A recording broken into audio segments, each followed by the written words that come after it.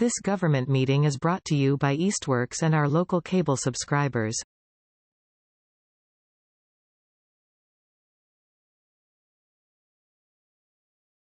Study that's now kind of outdated or whatnot, and look at the current community needs and wants to really kind of put that information together and do a little bit of vetting about what is really possible and probable that aligns with the current community needs and the community needs going forward. At this point, maybe 10 years.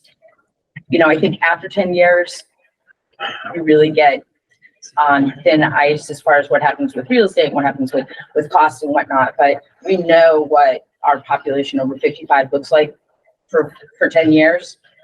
We have those numbers, and if this committee doesn't have these numbers, we will get you those numbers to kind of look how they go up. So to look at those needs, to the placement, where it should be in the community, where it can be in the community. And the result of that would be to also to identify the qualities in a consultant or project manager the city would like to bring on to take this group's work and really do kind of start to really nail things down and look at grants and what does the landscape look like for municipal buildings that aren't schools. This process is somewhat similar to what we did with the schools, where there was, you know, committees before, and then there was a contract that was negotiated, like a project manager or PM for the actual building, that kind of handled a whole bunch of stuff and referred back to what will be a formal committee that will be posted just like all the other committees we have. I love the suggestion from this group of how big that committee should be and who should be on it. You know, so maybe being on the committee was really helpful to have somebody like Tom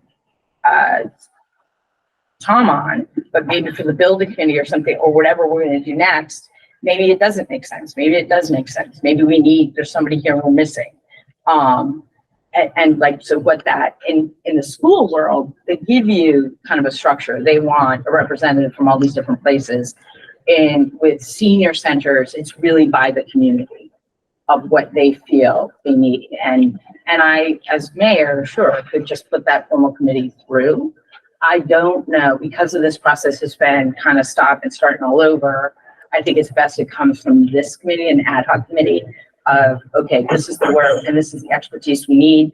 This is the representative we need from, you know, that community to, you know, somebody who does youth program or multi-generational programming. Should they have a seat on this?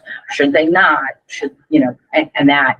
But being able to get that information within a calendar year and start to define what the consultant project manager needs to do and you guys want them to do to get us to a place where we can bring on, I don't want to say designer or, but like they're, either the city can start pursuing land,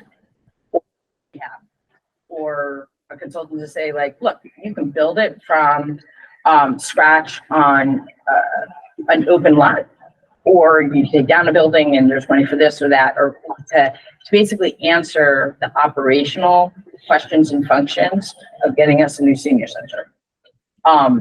And my hope, and I know with some of us,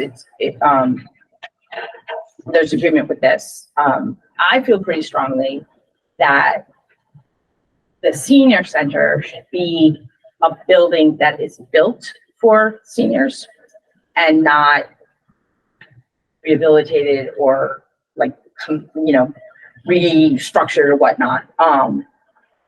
And we also know from the schools and the RFP for the schools that aren't being used, that those rehabs, it's not a fiscal deal. You know, what you save, it's, you know, I mean, we're about to put 96 units of affordable housing onto the market here on Ferry Street. And once they are ready to build, it will take 11 months because they are using modular sections that are already being built. So I'm not saying the senior center has to be that, but the elevator timeline, the build out timeline, all of that is controllable. If it's going to be a 1-story building, again, like there are a whole bunch of different ways we can look to build that and working with a consultant to find that. But I feel very strongly that it should be a new building. The building should be to the purpose of a senior center and a wellness center for folks over 55. And rather than a joint, like the thing I keep hearing over and over again is, yes, people have built community centers and senior centers or daycare and senior centers, and that's all well and good, but they have regret. The communities, like the mayors are saying, like, it's a great idea, not that it doesn't work, but it's really like the traffic, you know, for the daycare center and people coming in and out, or a community center, and who's using it when, and senior center staff having to kind of like shift over and staff the community center and whatnot. There's a very few people who are like, this was a great idea.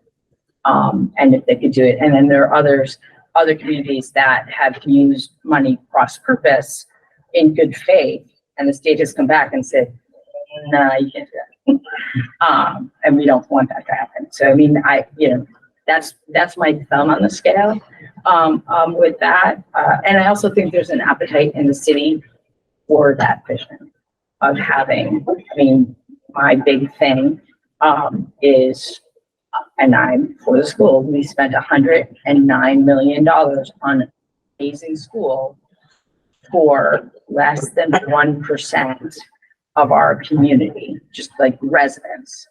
And to not look at this project like that project for over a quarter of our population now, which will grow to 40% in 10 years, like the math works out for me. You know, like that's, you know, it's not, you know, I don't hate kids, dogs, and skateboards. I don't, but there are priorities. And I think, you know, fiscally, I'm looking at it that way. Like this is an investment that's overdue, just like the schools.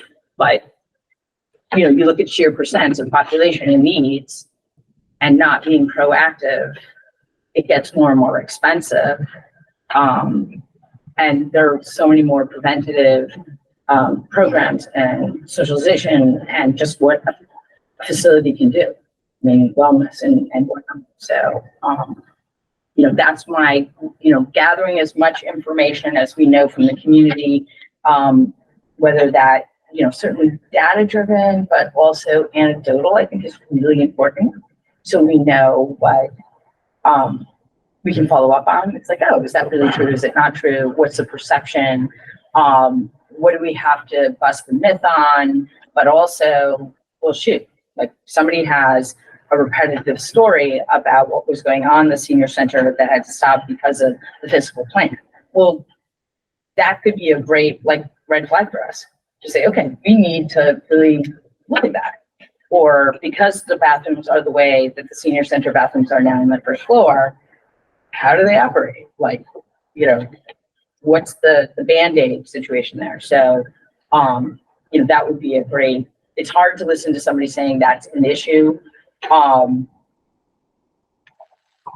it's only anecdotal, but if you spend 15 minutes in that building, you know it's true. It's like something like you look at that bathroom and you're like, right on. Yep. So looking for that information as well. And also, I just wrap up in, you know, if for two things. One, if it really has to go more than a year, because honestly, who knows what's going to happen with COVID and whatever, that's fine. Like, I'd love it. I'd love to have stuff in a year so it can go into next fiscal year's budget for consulting project manager and get that established. At the same time, get a formal committee established with this group's direction of what that committee should look like in the next year. Because I want to get it into what will be my last budget as mayor. So, you know, I'm trying to do this with a lot of departments, but this is as Dan was saying, I think Dan knows, like, if it's in the budget, people pay attention to it, but they'll also fight for it if it goes away. I think, Joe, I think the mayor made a good point at our last board meeting that she came to, which was being your swan song the last 2 years. One of the goals of the city should be to get this project to a point where there's no turning back. That the next mayor coming in couldn't say, you know what, that's not my priority, so I'm going to backburner that. That kind of happened with you in the schools. When Nicole was elected mayor, the school was at a point where there was no turning back. Right. So I think one of the goals has to be to get it to that point so that a successor mayor doesn't, and I think they'd be crazy to railroad that anyway, but you never know. You never know. No, you don't know, and you don't know what the fiscal environment will look like. You know, and I would also say this next step, like, and to identify the consultant part, like, you know, OPM or whatever it's going to be, that's not a 3-month like contract and then you're done. Right. Like, there's a lot, like, all the work you've done now needs to go to database stuff and come back to a committee and say, well, you thought this, but this is what it is, or this is, and data supports it. But maybe it's really important to the community. Like, it defies the data. That's fine. But we have to, at that point of a formal committee, we really have to start documenting why we're making the decisions we are, what goes on in ad hoc, why we're looking at this property or not that property. What do we need more? Like, if we're going to buy a property, what does that do to the overall budget?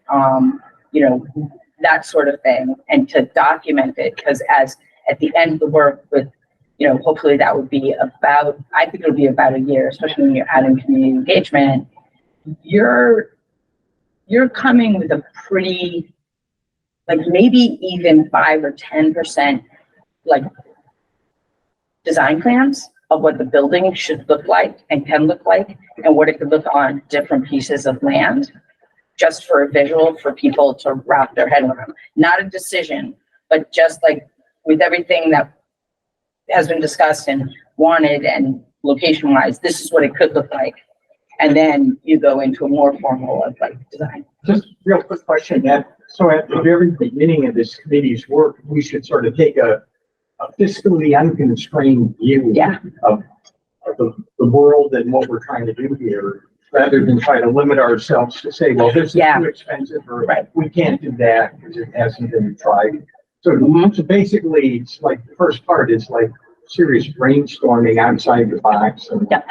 And to document it, like, hopefully for, or however it, like, the brainstorming without constraint, but also brain dumping. Right. Like, you know, so this was talked about, and, you know, you go back, you know, in 3 years to that brain dump, and you're like, hey, we never picked up on this, or what did people think about it, rather than reinventing it here. But the deal, but Joe, you make a great, I mean, I think when we first started talking about that, the biggest thing I said is, like, do not constrain. Like, don't say, oh, Easthampton would never do that, or, oh, we would never, you know. We can't, we can't do that. Right. Like, this is the brain dump thing. I think, Joe, just to pick up on your point, you start with money's no object and regulatory requirements are no object, because we'll get put back in the box soon enough. Stay out of the box. Exactly. Stay out of the box as long as you can. Eventually, either fiscal issues or regulatory issues are going to get you back in a box. But stay out of the box as long as we can, as long as early in the process. So, Dan. Yes, sir. 2 questions, going back to what Tom said about making it mayor-proof.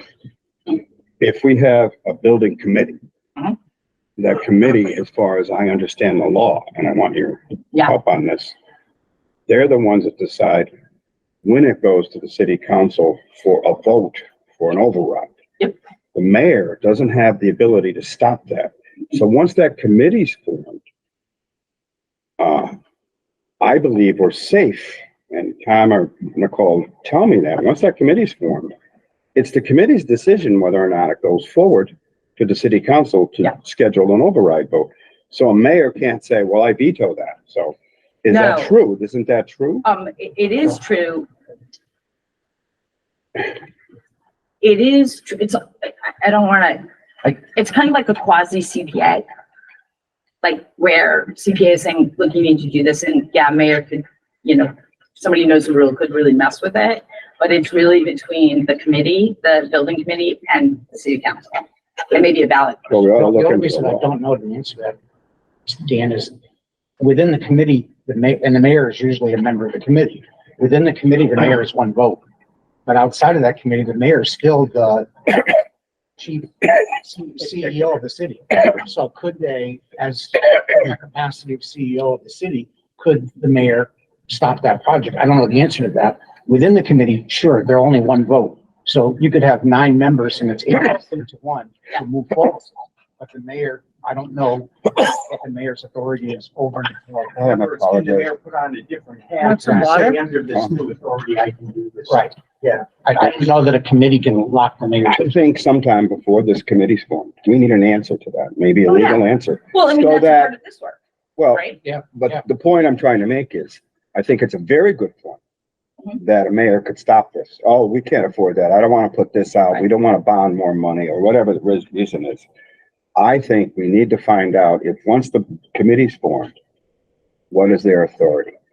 I always thought, now, schools are dictated by the state. Yeah. What state regulations dictate this kind of construction? I mean, not yet. I think it's all local. Yeah, there's It's not all local. If it's all local, then Yeah, the We- process is, Yeah, was still informal. but there soon will be a municipal building, like authority from the state level that's like MSBA that would cover town hall, city hall, senior centers, community centers. I don't know what the timing is that is. because they're gonna give us some money? Yeah. Really? Fund it. Because I know we had to do that because we got a lot of money from the state, but we're not gonna get any state money for this project. I don't know.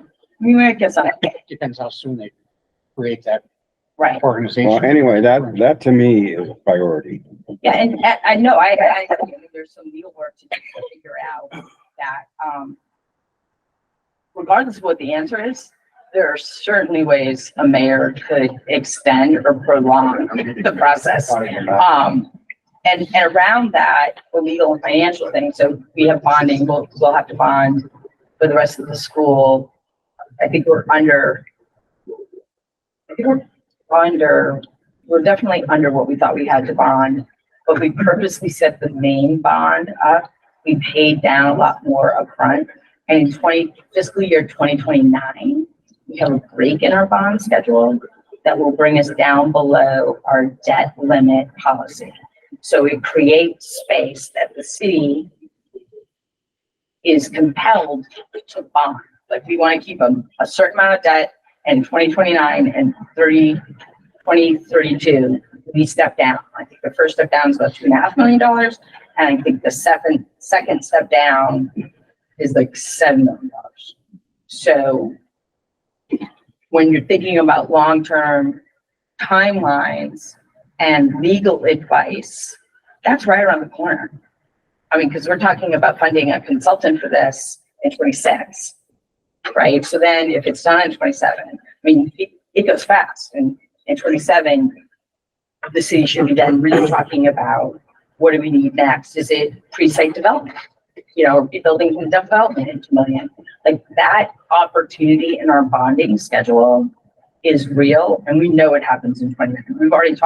I've talked to the our financial analyst and advisor about pre-selecting what that gap in funding would be. Like, yes, something, I don't know, could horrible happen and we'd have to do something else. But right now on our horizon, the big, like, oopsie, oh gosh, is wastewater. And we wouldn't fund that the same way. They have a revolving, have to go to clean water, like the money for that, so cost, like, it's just a different situation. There's no building that needs to be built. There's no school addition. There's like our roofs are in pretty good condition, and there's a lot of grant money to upgrade the roofs and whatnot. So I mean, if you're looking at a fiscal, like forecasting, 29 and 32, we will be below our debt limit by financial policy, and we should bond up to that policy. up to the limit of that policy. So there is city money, match or whatnot for this project. Down like really around the corner, for at least the first one. Just to clarify, though, when we were talking about, sometime in this process early on of doing this visioning process with a professional Yeah. facilitator, you did say there was money existing to be able to do that, right? Yeah, yes, good point, yeah, Out of the gate, meaning, springtime, warmer weather. Are you talking about that as a building committee, official committee? No, during this Could be committee, done I now, totally so the forgot about money- that. Yeah, so like going to every, Easthampton Housing Authority, housing, development or subsection and having like a springtime, tell us your thoughts, having somebody, there's nobody in the city who just has the time to do that. And there's nobody in the city really who has the expertise to do it. So you have money in this fiscal year's budget to pay for, I'm misunderstanding, the consultant that we might need? A facilitator. Whatever, we're paying for this person? Yeah. But it's in this year's budget, we can. Yeah, it's ARPA money. Oh, okay, great. So A we professional tagged a couple facilitator. of, don't tell the other departments. COA hasn't gotten any ARPA money yet. Right, and that's, so it's a assorted financial story, but we should soon have access to ARPA money that was placeholding grants. Sure. So it's always kind of been, one thing I know, I've realized is, and I don't like consultants, but to see what the OPM and Berghardt did for the schools, Jeff talking me into a consultant coming in and doing downtown strategy and writing RFPs, have been very beneficial, to the work we've done and the grants we've done. I mean, there's just a correlation there. Yeah, and Joe, and there are people who've done it for other local senior centers, and we can tap in and find out who they advise, so we don't waste a lot of time on that. Could you're using some acronyms and we have some new people. Yeah. Could you clarify OPM, overall project manager, and also the difference between bonding and the ballot, the ballot question, and could you explain? Yeah, so OPM is owner's project manager, that usually come on board for big building projects or upgrades, like massive ones. And they work for the city. They protect our interests. They listen to me when I lose my mind over something and fix it or explain it or in those meetings. But they know the process and they know the likelihood of funding or, absolutely you're gonna have to follow that building code. They're really helpful. RFP is request for proposals. There is an RFQ process where it's less on lower bidder and more of quality of project. And that would maybe be discussion with the facilitator or just putting it like the actual building committee should really look at RFP versus RFQ. And I'm trying to think of a big project we went RFQ instead because it gave us flexibility to follow up. I think it was a new city and playground. ARPA, American Rescue, I don't know. What does ARPA stand for? American Rescue Plan Act, Yeah, right? I think. That's a congressional act.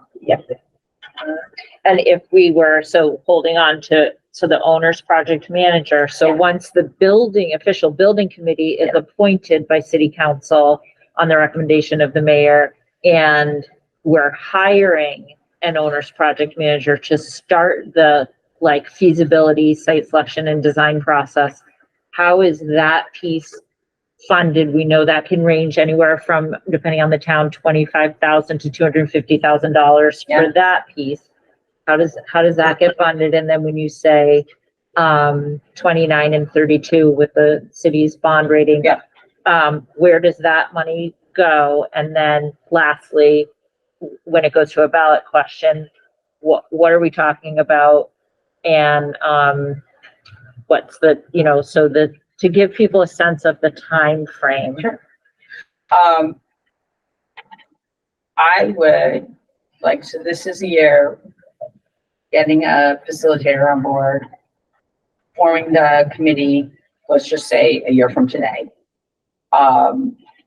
That committee organizing itself, looking at the many possibilities in front of them. And also talking about what do we need, like what kind of project manager, that we need or whatnot. Now for the schools, there's $1 million that we did a short-term note and then we rolled it into the bond. This is not as much money, and I would soon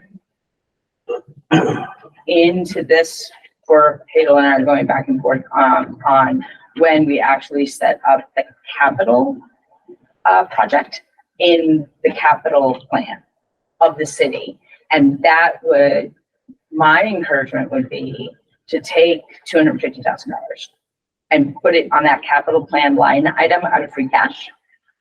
And it sits there kind of like in CPA, right? You put the money aside, and that everything that happens with the senior center building, whether it's bricks, you know, or shovels in the ground, or a project manager, comes out of this big bucket of money that is a little more easy to fund. And like, so the following fiscal year, I probably would, my last budget, I would instantly put another 250 grand into that. Like, I'd pre-fund it. And it would be a 2/3 vote, Dan, to get that out. Like, the city council and mayor really didn't like that. If it was voted. Coming out of a stabilization Yeah. fund? Or is it free cash? I would take free, I mean, If it's free cash, it's just a majority vote. a majority vote, but if I, like, when free cash is certified, I get to, like, I do a list of instant appropriations, like into capital reserve and whatnot. So if we were gonna put it in capital reserve and it's designated for senior center plan, Then every time you want to capital stabilization, every time you want to appropriate funds, you need a 2/3 vote for the council.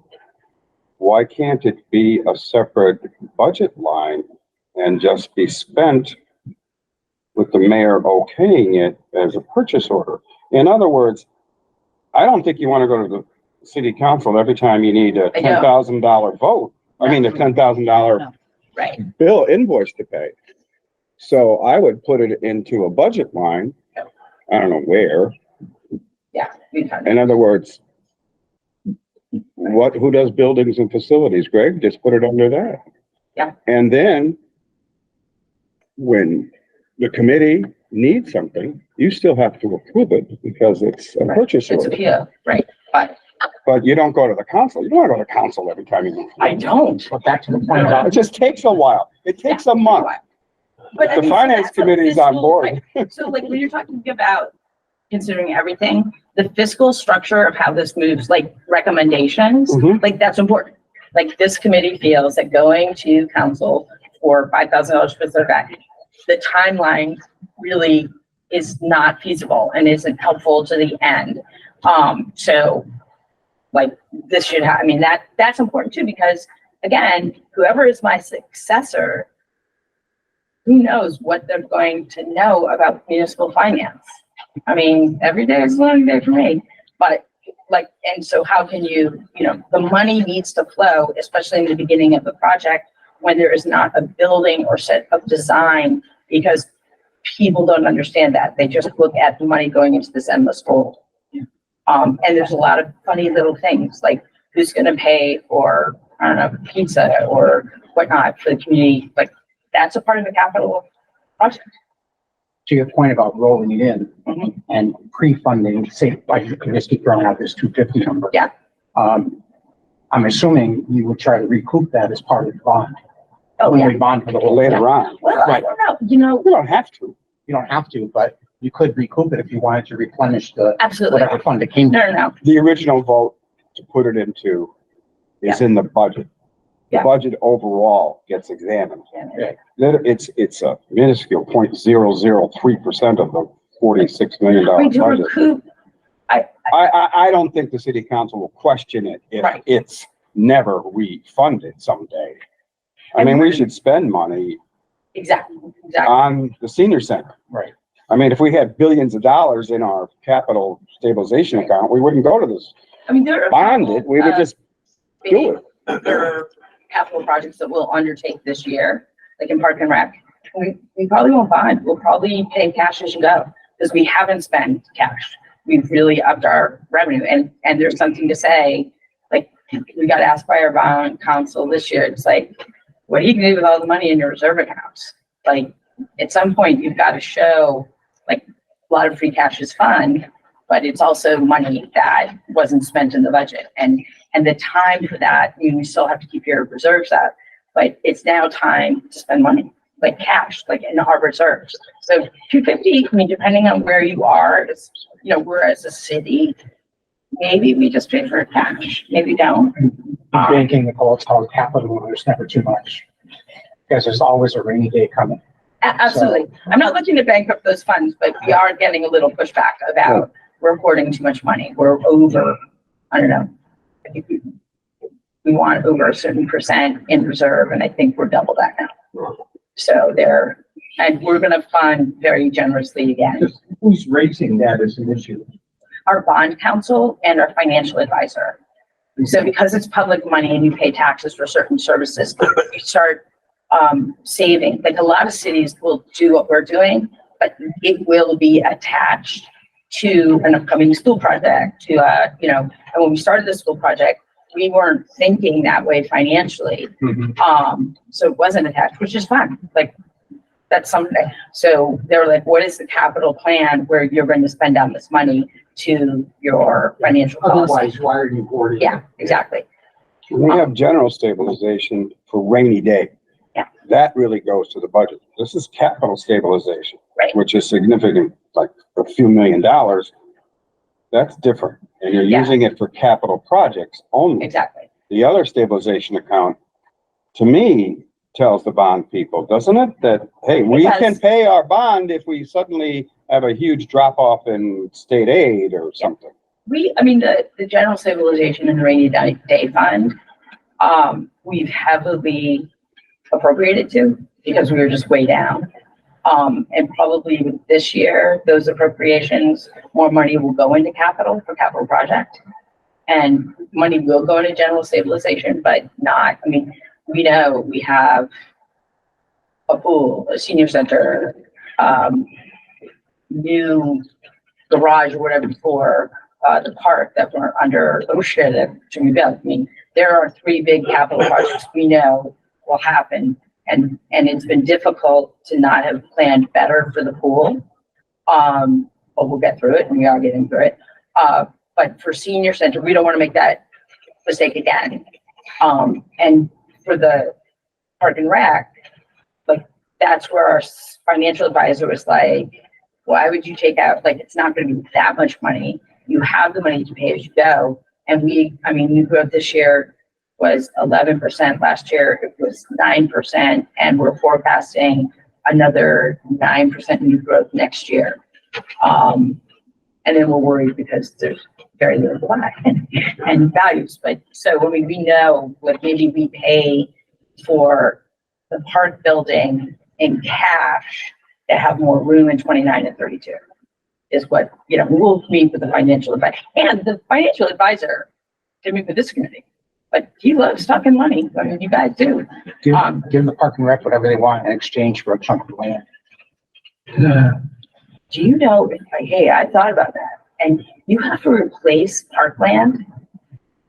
Like, you take an acre, it's 2.5 times. Like State law?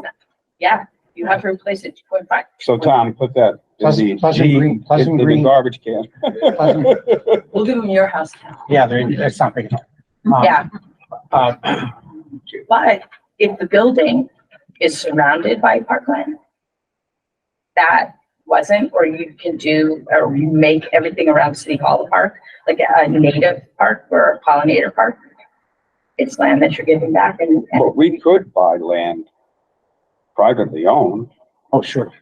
I mean, we have to decide how much we want to spend on land, because the other thing to me that's really important is where does the location of this senior center, what's great about what we have now, it's centrally located. It's just not a very good building.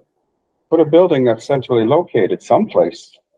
There's That's land out huge. I there. mean, that comes up in any conversation I have. It's like, where can it go? And we want to keep it like downtown and central. I mean, that seems to be a big priority for the community and everything I've ever heard, you know. Wasn't that the first thing I said to you when I talked to you? Where is it gonna go? So is it downtown with the assumption that there's more seniors downtown, or Buses, can you also put it Mhm. where the seniors live? you can, Well, they live everywhere. Don't I they? mean, has anybody looked at that demographic? they live everywhere. I shouldn't say I that. think when you say downtown, though, you can draw a pretty big circle. Yeah. You could go from the Northampton line on Northampton Street Sure. and to the Southampton line to the south. You could draw a pretty big circle and call that walkable. Walkable, bikeable, drivable. Well, and you're also Okay. thinking about the pressure on the senior center for rides. So a big idea, like, I love the current location, not the building, but I love the location. You know, you can walk across the street, there's Walgreens. You can go to Vicky's and pick up essentials. You know, you want to have a cup of coffee, you can go do that. You know, if you soon want, you have a specialist or, a clinical specialist or whatnot, elder group, clinical elder group, pretty soon you're gonna walk down to see CHD's new building. And there's, you know, they're putting those groups together. There's a gas station. So if you're driving, you know, you're doing, there's a laundry service. They're like, I mean, I love that about that current location. Because it's all right there. And if I'm scheduling transportation for a senior center and for people to get around to those basic services, looping around that circle is a lot better than having to go out, you know? So that's one of the reasons why, but they do, I mean, people over 55 live like throughout the city. There is not, like, it's not the plains, it's not, I mean, equally spread. So the density is pretty much Mhm. the same everywhere. I don't know what our stats are, or if we even have stats on how many people drive to the center versus walk to the center, but I'm guessing more people drive than walk to the current senior center. Correct, and they don't park on city property primarily to do They park at so. Walgreens. But before we start brainstorming, Joe, there were some other things on the agenda and they can be put off, but I just want to make sure that while we have the mayor here, and this is a wonderful conversation, but do people have questions specifically for the mayor based on what she's said so far? We had a couple of housekeeping things, but Joe, one thing I don't want given the to, mayor being here, Yeah, I'd say. we can put those off. everything she said was great. I wanted to just pick up on one thing I heard Cindy say when you mentioned site selection and OPM. I'm 99% sure if we follow the route that the schools took, the site selection is done and handed to the OPM and says, make this work within this site. So that the OPM doesn't necessarily have a voice in the site selection. The committee, ad hoc committee, or the full committee, vets everything they can vet and comes up with what they believe is the best solution for location. The OPM could be from Worcester, and the OPM isn't even gonna, you know, I'm not gonna say they don't know Easthampton, but they're gonna trust us that we found the best site and now make it work. So, for example, when we decided to build the two schools on the existing sites, we looked at Whitebrook as, wow, look at this. There was even talk of building a senior center on the same campus as Mountain View School. And the OPM just said, time out, this is a tight site. If you don't realize it, it is a tight site for what you want to do there. And if you look at it today that it's done, there's not a lot of space where you could envision a senior center at the school. So the OPM basically curbed us on that kind of an idea, but they never went off the focus of the site that the committee had selected. Just want to clarify, the mayor's giving us our marching orders. You want us to develop a set of recommendations that can be handed over to the actual building committee. They may include timeline. They may include, well, I'd like us to develop a timeline, maybe with your thoughts, because you had talked to me about, this is when I think we should have a vote for the community and then go backwards to what has to happen. You know, when do we hire the facilitator? When do we hire the OPM and all that? So that timeline is something we have in our hands. And secondly, if we're going to do these recommendations, what are absolutely important to you to just advise us that should be in these recommendations, such as location? What should be in this building by using all of your knowledge? And maybe I haven't been to all the other senior centers. I'd like to know what other communities have done Right. and what it costs them to do, because then you're going to double it if they did it 5 years ago. So in other words, is that our charge? What we should be recommending? And Yeah. the other thing I was going to ask is the design consultant, which is the person who might take our ideas and put them on an actual preliminary plan. Mhm. That's not an architect necessarily. No. But is that something that this committee, well, the building committee actually does that, right? Design consultant. Yeah, I see this committee is taking the work that the board has already started, which is senior center visits, maybe more. The anecdotal wishes and desires that we're hearing in different places, looking at the UMass study, and also talking about like location, about legal. Like, okay, what legal things? Like, we've already identified some legal, like, you guys are gonna need legal advice before you make like, all these recommendations. And it's like, well, wait a minute, like, can we do this? Should we do it? A non-binding ballot question. Is it important because we're spending this money regardless? We don't really know how we're gonna fund it, but should we go for a non-binding ballot question as soon as we can to start building public support of like, would you Oh, I support? love that idea. I Right? thought of I that mean, we did that. for We did that with the 25, municipal light. 25 vote. Yeah, I mean, that, you know, I think that that's something that gives a little more. We give them a range of funding and say, what do you think? If we spent this much money somehow asking for an override, do you think, and this is what you're gonna get? I don't know how much you form a question, but that would be fantastic because we Well, need to I get don't know that if we could feedback. put the fiscal, I mean, I would be careful because we might not need an override. And if we do, then that's another ballot question, right? I mean, we. Well, that's, yeah, that would be 27, I would hope, but that's the timeline I'm talking about. Based on our visit stand, and some of them are newer than 5 years old. Those projects ranged anywhere from 10 million to 20 million, all in. That's what I was thinking, 2025 with inflation, if we start building it in 29. Now, every one of them that we visited, unfortunately for us, every one of them that we visited was on municipal owned property. Well, can I add to that? Ludlow, they bought like almost 4.5 acres from, Elder Services Agency. Right. But they got it, I think my notes said they got it for like $400,000, so they got some kind of deal. Is everybody else here on the board of COA? No. No. Is there documentation of these visits so that I could read? Oh, yeah. Read up? Yeah, This Ludlow Senior Center had this in it, There and was it an cost Excel this. spreadsheet of all the places that we Can that be visited sent with to all me? kind of data on it, yeah. Yes. Could I make a point? I need to tell you this. I don't know how long I'm gonna have my email. They haven't caught up to me yet from the city. So if Cut it off today, Nicole. de-risk You have an alternate? de-risk1952@gmail. That's where all of the emails should go. So you would have loved Long Meadow. Okay. Indoor pickleball courts. Now, Long Meadow's got more money than God, but still. Joe. Indoor pickleball. So, and another resource that's been offered to us, so not everybody may know, but the mayor already, with COA and DPW, we had a building feasibility study of the current building with a design firm and an architecture firm. And they, as part of their ongoing work that they did with us on that, are willing to come and explain why didn't the current site, why didn't it seem worth it Shortcomings, yeah. to rehabilitate the current site, and what would you be looking for in a modern senior center that you couldn't get at the current site, helps inform, because it applies to a new site as well. So they've offered to come and speak as part of the fee That's they free? already got, to the group to explain There you go. more. So that's helpful too.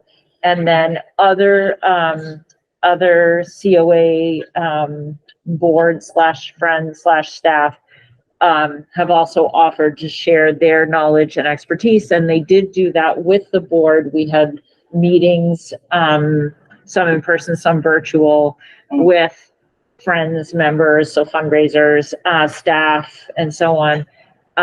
So there's just a wealth of knowledge out there about building the senior centers, but also if the landscape is changing funding wise, policy wise on the state level, we should take advantage of your, like the mayoral communications that happen with the state, so that we can learn more. And we already learned one valuable piece of information, Joe and I, from the mayor, which was, where that cities and towns are being encouraged to not call it a community center, just to call it a community center, just to get it to pass.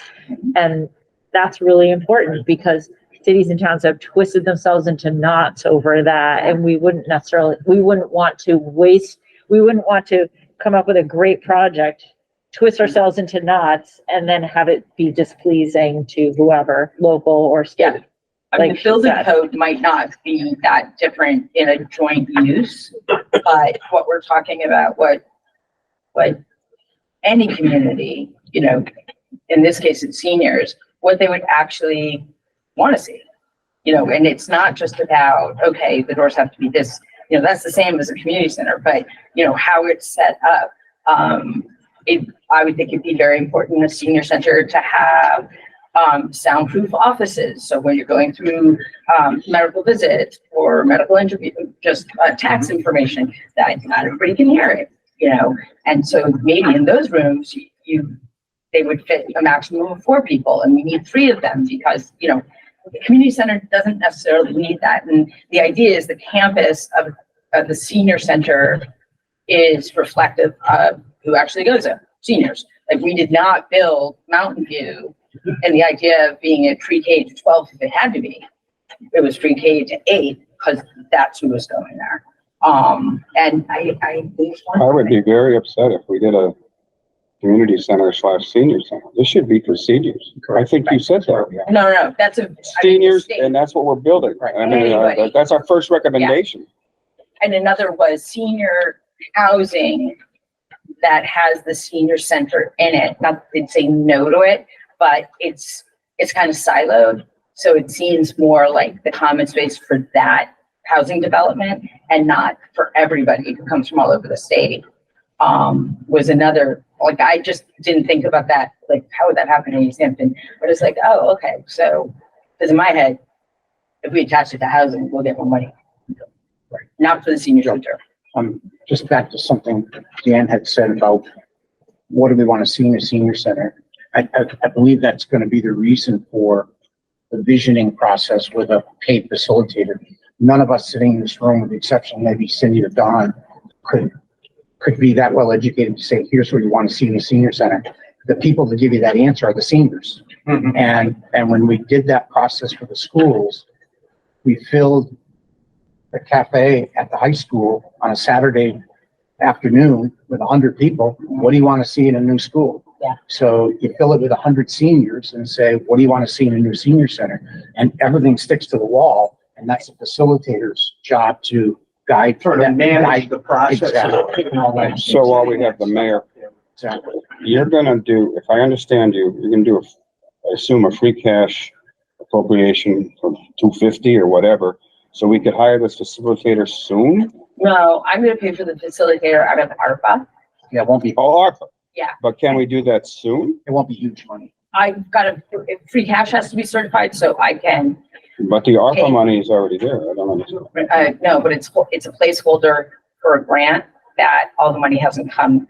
It is a spaghetti. Whatever. It's there, but right now it's placeholding for the pool grant until we get the money from the pool grant, and then it comes back into ARPA. I got it. When you said, But when do we hire this facilitator? Because I think it sounds like from Tom that this is I know, warmer weather, daytime, so you're looking at April, May, maybe at the high school, because it's easy, a lot of parking, easily accessible. Right.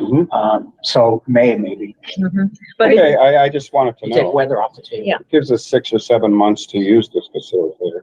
If next January is our deadline for Cindy, But we don't want to conflate the two things. So the facilitator is the smaller amount of money and the 250 is the money the building committee has, the official appointed building Okay. committee has. I just wanted to To find out what proceed. the- Well, and I think that this committee has to define what type or structure, like, the facilitator should serve. Mhm. So is it just me, do they have to be a specialist in senior centers? Do they have to be like dealing with 100 people from the public and getting something productive out of it? That is a special talent. So is that it? Because you'll have Cindy there or whatnot.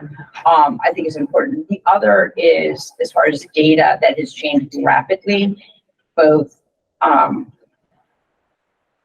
anecdotal and, I don't know, physical or whatnot, is the impact of the aging of our city on EMS, fire, and police.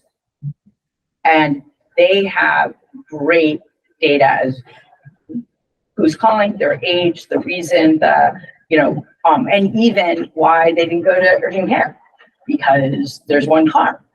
And, the other person in the home or had the car to go to work or whatever it is. You hear that a lot from grandparents who are housing or taking care of grandchildren. So grandchild is, at the mall working in the store, grandparent is home. You're not going to call the grandkid to come home. Maybe you could just go to urgent care. You're going to call 911. And so the important thing too about that is, mostly with EMS, we get reimbursed for those calls. And we are very actively increasing that service and going to a community-based EMS, as well as paramedic and whatnot, because it used to be like $700,000 in reimbursement we would get from the insurance companies. We're up to 1.4. And when you look at those calls, not all of them, very few of them are really 911. I mean, there are heart attacks, there are accidents, whatnot, but a lot of it is to assess. And you can bill. It's coming to this point where a municipality can bill through EMS to do community follow-ups. Well checks? wellness check, Yeah, wellness checks. So fire gets a fax. That's an email or whatnot, confidential email, that these 3 people were discharged from these hospitals. This person was in a car accident, we served them. So they're due a checkup in 2 weeks, in 5 weeks. Right? They titrating even simple, like off of their heart medication the way they're supposed to and starting the other one. Like, we're not there yet, but if EMS can do that, we can bill for it. I mean, that's the reality of it. And it goes into, I think people have to understand those numbers, because there might need to be space at the senior center to triage somebody's illness at the senior center. Like if it's a rash, instead of calling 911 every Tuesday or calling the senior center and the well check, there's a process. I mean, that is just going to be a need. And after the 9C cuts, yesterday, a part of that it's a 50% reduction on the line item that funds places like Highland Valley. And if Highland Valley isn't wise for how you get the full funding through leftover ARPA, you just don't get it. And that comes right back to who they serve. So, Chief Norris is very much in support of this, and the police are getting ready for it as more and more police are going for their paramedic certification. So they too, they come into a situation in the house and there's somebody who, it's not the reason for the call, but they don't look so well, or there's clearly something going on. They can triage on the paramedic level. There can be a follow-up by EMS or vice versa. Or that's not just a rash. That's gangrene, and you got to go to Bay State right now, or you're going to lose a foot. And that stuff is happening. People who are looking for their lost dog, and we check on them, and it's like, yeah, you got to go to the ER. Right. It's really, so the data from fire, EMS, and police, and asking them not just what do you collect, but can you collect this or look for something? And to add to what you're saying, Joe, can I recognize? Sorry. To add to what you're saying, when thinking about what is the quote building program, so what goes on in that center and among the fleet of vehicles, you have to remember that the senior center also is a human services organization. And so a lot of senior centers that we've seen built have had to throttle down on the space when as the cost of the building increased with inflation, and then they throttled down their space for confidential meetings, outreach services, and so on. That's such a key component of what this particular senior center does, which has a much more complex transportation program than many. With that transportation, just as much as with meals, fuel assistance, health insurance counseling, or whatever, you find out so much of this information that we're talking about that people are trying to age in place who are very infirm and are very much marginally able to age in place. And so you have to think about not just what should this building look like and where should it sit, but what is going on in that building? How are the staff operating? How are they partnering with others? For example, people might not know that the city houses veteran services at the COA. The space they have is a tiny closet. Their people have an impact on the center. It's a great service, but we're not set up well for it. If you come over and see, Tom's setup, he's making the most of it. But all of these things, we have a huge transportation program. It's a huge part of what we do. Do the drivers have a desk? No. So, if I get a senior tax work-off person in there and they need a desk, is there a desk? No. And so we have to think really carefully, not just about what does another community have or what do we have now? What do we want to have? And a lot of that work can happen here. And we can, before the 100-person meeting, the staff can really break it down with the committee members. You can come over. We now have hybrid capacity that we're setting up at the senior center too, so we could do this meeting over there. But this group can really break down some of that and get better educated about what are the actual services we need to deliver. We can even have public safety come in here and talk to us so that we can learn. Are you thinking about a possible future partnership where we would have maybe not just even a clinic, but some sort of, triage thing going on? So there's so many possibilities for work this group could do without even spending any money at all at first, until we get to that springtime 100-person meeting. Yeah, I just wanted, because I don't want to forget this, and I'm inspired by what you both said, is that I would really love if we're having a meeting to talk about the needs in the future planning, either at that meeting of the community or as a separate one to talk as municipal employees. Because I feel like even today, I was at the fire department picking up something from Chief Norris, and Chris goes over combining some work we're going to do with them in February. And I feel like there's been such a benefit to partnering with the health department, and the fire department, the police department. And I feel like I would love to sit with them and say, like, what would your ideal be for our expanded programs? Like, what would you ideally like to be partnering on in the future? So we're not just partnering with what we have, but we're thinking about how to maximize what they see the benefit in the senior center moving forward. So I would really love to sit with them, because we all talk about it and work together well, but we're not talking about what we'd ideally like to see together. Well, this is all part of the thinking outside the box, because not only are the new senior center will be serving seniors, but also like you guys and, your organization, the Council on Aging, because I think to say, well, we're going to take you guys and you can stay at the old post office and we're going to build a new senior center, that's probably a dumb idea. So, well, and that's the other is with real estate on that, like, what is the disposition of the existing senior center? Like, what's realistic?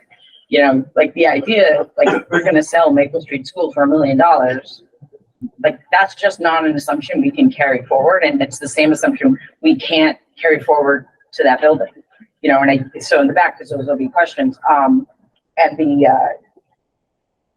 to veterans, one, I forget what the average age of our veterans are so one, there's a bunch of them that, not a lot, get state benefits, 115. And so we know a lot about them. But there are others, and our veterans department is actually going to be expanding next fiscal year because of a law that we ignored for a long time. And but there's outreach happening to more veterans who don't need state benefit and are on federal benefit, and those ages are all over the place. So, I mean, you're talking about the 115 are mostly folks who aren't quite 55 or around that age, and they have a certain percent of disability that they get from the federal government, but they're not able to hook in further, and they get state. So there's a group, there's like 50 people we know a lot about veterans, but Tom and Mike before him are learning a whole bunch. We still have the Warrior Arts Room that gets a lot. That would be a good partner to say, okay, what's the age, and bringing that in. So that's another great data resource. And then around collaboration and whatnot. So we're about, I think we are almost done. I commissioned a study through ARPA, Dan. So I didn't ask for appropriation to do a fiscal equity research study that aligns with what we say we're going to spend on and what we did spend on, and population centers. So one of the big thing, and the focus isn't external, it's actually internal with city employees. And the idea is, if you're working on DEI and DEIA, diversity inclusion work, I wouldn't say it's lost money, but it's lost money to start with 16,000 people and come in. It's much better to start here and go out. And one big thing that came up around that, especially around inclusionary work, is that there's a mindset that folks don't know that they carry inside in whatever the role is, that we need to kind of refreshen those sets of ideas, but also we need to cross-pollinate and collaborate. So that'll be rolling out probably the end of February. No, before that. But the presentation of that and the work of that is not externally focused at all. It's all on departments. So department heads, and there's another survey and whatnot about how do you, as employees, for immediate day-to-day policies, look at it a little different and think about, if I make this decision, it really messes up what fire's going to do, or that sort of thing, and talking it through. But it also is, when I put together my department budget, like, we didn't really spend any money on visioning a senior center. We did a lot of free programs, but like, again, look at the percent of our population over 55, and then look at the council on aging budget. I mean, the gap is bigger than I've ever seen. So that was one thing that actually in this work internally came up over and over again, is,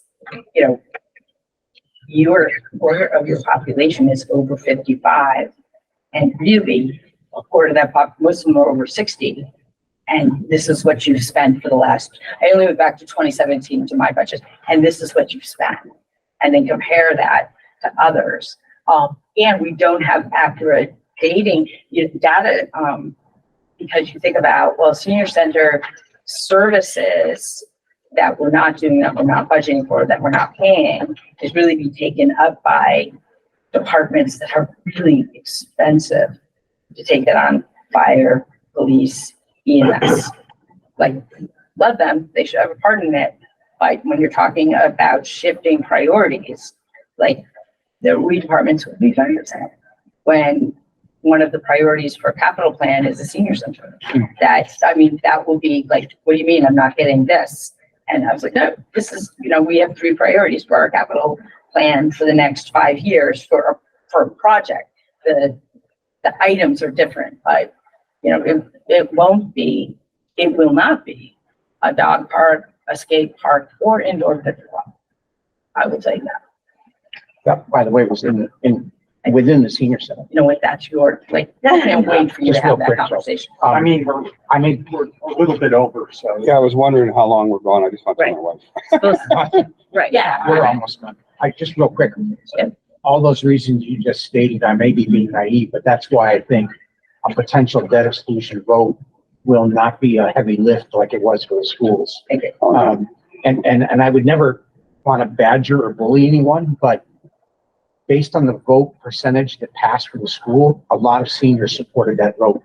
Yes, it is. Now it's payback time for everyone else to support this. I agree. And I seriously don't think it'll be a heavy lift quickly. It won't be 100 million. No, What you just said about priorities and capital funding, that can change immediately with the next mayor.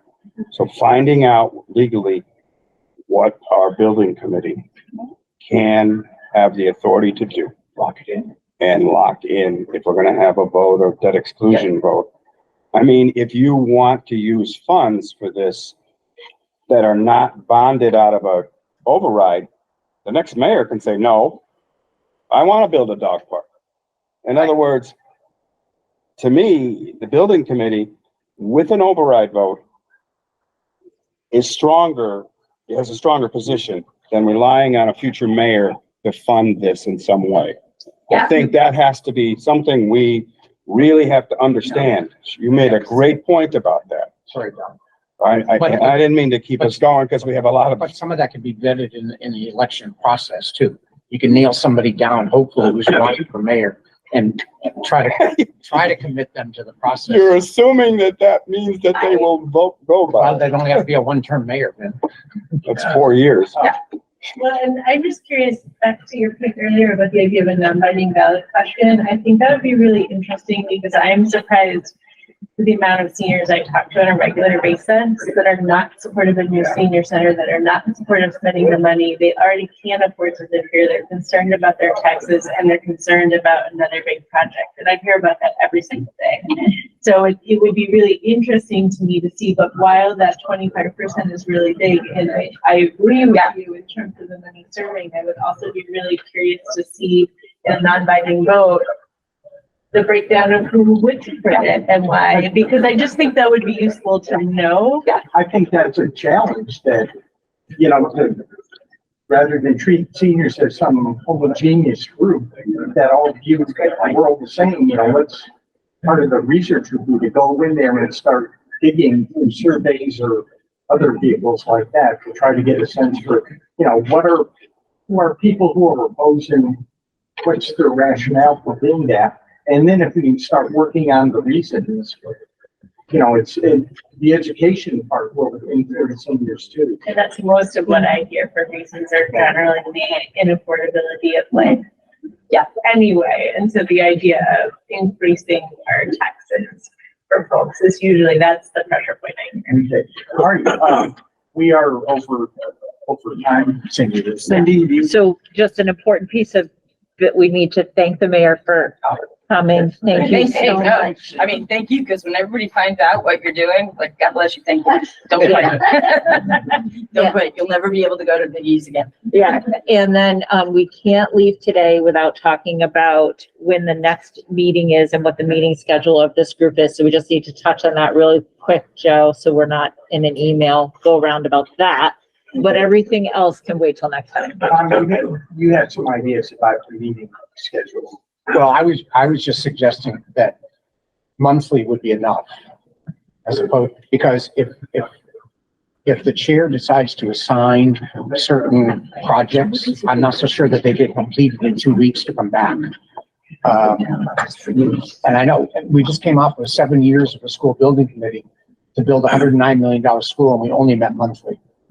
We've met more if needed, if there was a reason to call a meeting. The only reason you might want to meet again soon, within 2 weeks, like we suggested, is to finish the rest of this agenda, which is get your officers in place. Get people elected. So if you do that in January, then you could meet again in February monthly and see how it goes. When we do schedule that monthly, we need to make sure that people know it might take longer than an hour. You might want to book an hour and a half. Mhm. So people's schedules are okay. Yeah. Because I think if you're only gonna do it monthly, I mean, we went over and we had a minor amount of things, except we had the mayor. So Blame it on the mayor. We've been pretty good at holding she's these. very loquacious. We've been pretty good at holding these to an hour. Well, Board meetings. yeah, all I'm saying is just everybody book more than an hour. Just, yeah. Anyway, So- let's have a meeting. So we did reserve this room for the fourth Tuesday for 2 hours in January. And then we have the option going forward to meet the second Tuesday of the month from, beginning at noon. We can also meet a little earlier if you want to go longer, meet longer. We can do the second and fourth Tuesdays. So keeping it to Tuesdays is easy because then the board meetings, which are the third Tuesdays, it kind of like just slots in.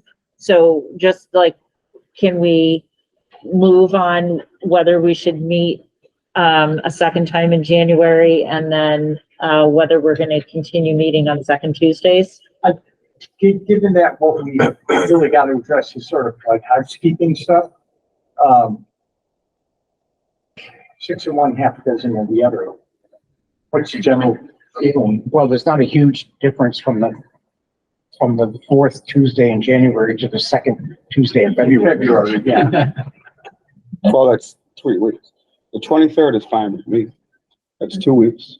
Why don't we? Right. To meet the 23rd. Yeah, let's At do noon, that right? so we can knock this administrative stuff. And it won't be that long of a meeting. It won't be more than an hour. But That will not be more. we're bound by open meeting laws and we want to do a hybrid meeting, so you'd have to set up that. Ad hoc meetings are not, I know, by open meeting.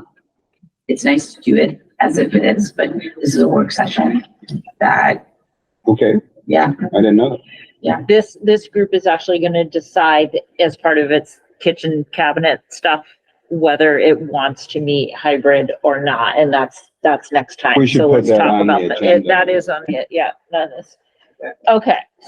So then Joe, can you stay on as interim chair of this for the next For the next meeting? meeting. And Joe and I will do the agenda together if everybody's okay with that. Works. Okay. Could we send that data you had, that Yes. spreadsheet around? Joe Yeah, you will mentioned send. that. Yeah. I've got To everybody who doesn't belong? Yes, the mayor has that To a too. Gmail. no, I didn't. Pardon? It's drisk1952@gmail.com. Now, within the next couple of days. But the IT director likes me, so I might keep my email. Yeah, just a straight up and down. I don't know if she legally can do that. Thank you for taking notes, Leslie. So really, all right, I'm gonna stop recording. Good. Joe, are you gonna close the meeting? Because we're gonna stop recording. I think, All in favor? Move we can adjourn. I have a motion to adjourn? Move we adjourn. Second. Move adjourn, second, discussion, All in favor. no discussion, Yeah. everybody in So I favor just of wanted to, adjourn? and I'll, Aye. Aye. Thank you. Okay, thank you very much. This government meeting is brought to you by Eastworks and our local cable subscribers.